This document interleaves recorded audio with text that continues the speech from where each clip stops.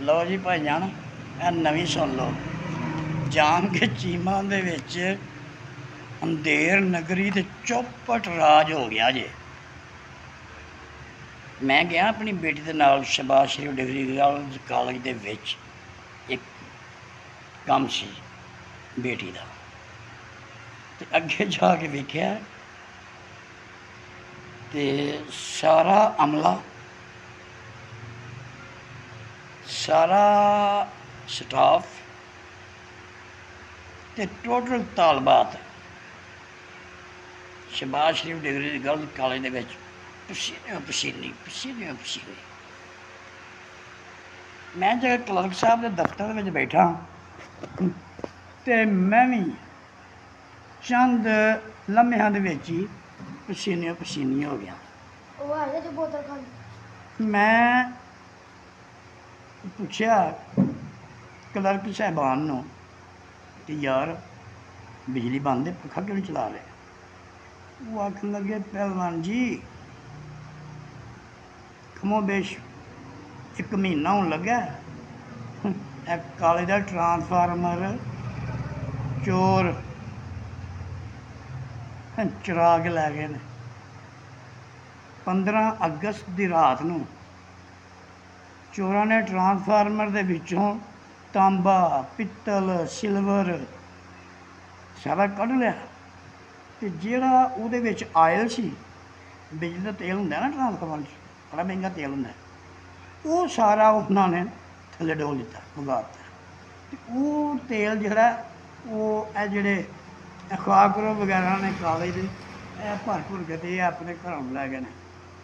ਅਤੇ 24 ਦਿਨ ਗੁਜ਼ਰ ਗਏ ਨੇ ਅਤੇ ਤਾਲਬਾਤ ਜੁਮਲਾ ਸਟਾਫ ਪਾਣੀ ਦੀ ਬੂੰਦ ਨੂੰ ਤਰਸਣ ਰਿਹਾ ਜੇ। ਵਾਸ਼ਰੂਮ ਜਾਣਾ ਵਬਾਲੇ ਜਾਨ ਬਣਿਆ ਜੇ ਬੱਚੀਆਂ ਦਾ। ਵਜ਼ੂ ਵਾਸਤੇ ਤਯਮਮ ਕਰਨ ਰਹੇ ਜੇ।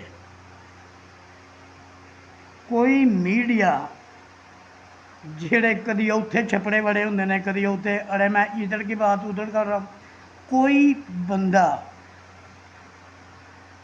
ਕੋਈ ਸਿਆਸਤਦਾਨ, ਕੋਈ ਖਿਦਮਤ ਖਲਕ ਦਾ ਦਾਅਵੇਦਾਰ ਇਸ ਅਹਿਮ ਮਸਲੇ ਦੇ ਉੱਤੇ ਆਵਾਜ਼ ਉਠਾਉਣ ਲਈ ਤਿਆਰ ਨੇ। ਗੂੰਗੇ ਬਹਿਰੇ ਹੋਏ ਬੈਠੇ ਨੇ ਸਾਰੇ। ਅਤੇ ਆਹ ਵੇਖੋ ਸਨਫੇ ਨਾਜ਼ੁਕ ਨੇ ਮਾਸੂਮ ਬੱਚੀਆਂ, ਅਤੇ ਉਹ ਕਾਲਜ ਦੇ ਵਿੱਚ ਇੰਤਹਾਈ ਪਰੇਸ਼ਾਨ ਨੇ। ਪਾਣੀ ਦੀ ਟੈਂਕੀ ਚਿਰੋਕਣੀ ਸੁੱਕ ਗਈ ਹੈ, ਜਿਹਦੇ 'ਚ ਇੱਕ ਕਤਰਾ ਵੀ ਪਾਣੀ ਨਹੀਂ, ਅਤੇ ਸਕੂਲ ਦੇ ਕਾਲਜ ਦੇ ਨਲਕੇ ਨੂੰ ਵੀ ਜ਼ੰਗ ਲੱਗਿਆ ਤਕਰੀਬਨ ਮੁੱਦਤ ਹੀ ਹੋ ਗਈ ਹੈ, ਅਤੇ ਕੋਈ ਪਾਣੀ ਦਾ ਬੰਦੋਬਸਤ ਕੋਈ ਨਹੀਂ।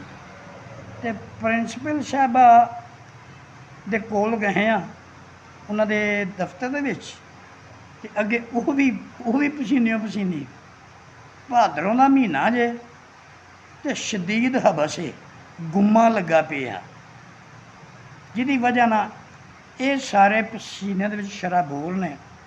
ਅਤੇ ਅੱਜ ਕੱਲ੍ਹ ਸਾਰਾ ਕੰਮ ਤੁਹਾਨੂੰ ਪਤਾ ਹੈ ਕਿ ਆਨਲਾਈਨ ਹੁੰਦਾ ਪਿਆ, ਅਤੇ ਜਿਹੜੇ ਕੰਪਿਊਟਰ ਆਪਰੇਟਰ ਸਾਹਿਬ ਨੇ, ਕਮਰ ਅਬਾਸ ਸਾਹਿਬ, ਇਹ ਲੋਕਾਂ ਦੀਆਂ ਘਰਾਂ ਦੇ ਵਿੱਚ ਜਾ ਕੇ ਅਤੇ ਈਮੇਲ ਵਗੈਰਾ ਇਹ ਕਰਨ ਰਹੇ ਜੇ। ਅਤੇ ਹੁਣ ਤੁਸੀਂ ਦੱਸੋ, ਕਿਆ ਇਹ ਟਰਾਂਸਫਾਰਮਰ ਇੱਕ ਦਿਨ ਦੇ ਵਿੱਚ ਸਵੇਰ ਤੱਕ ਲੱਗਣਾ ਚਾਹੀਦਾ ਕਿ ਨਹੀਂ?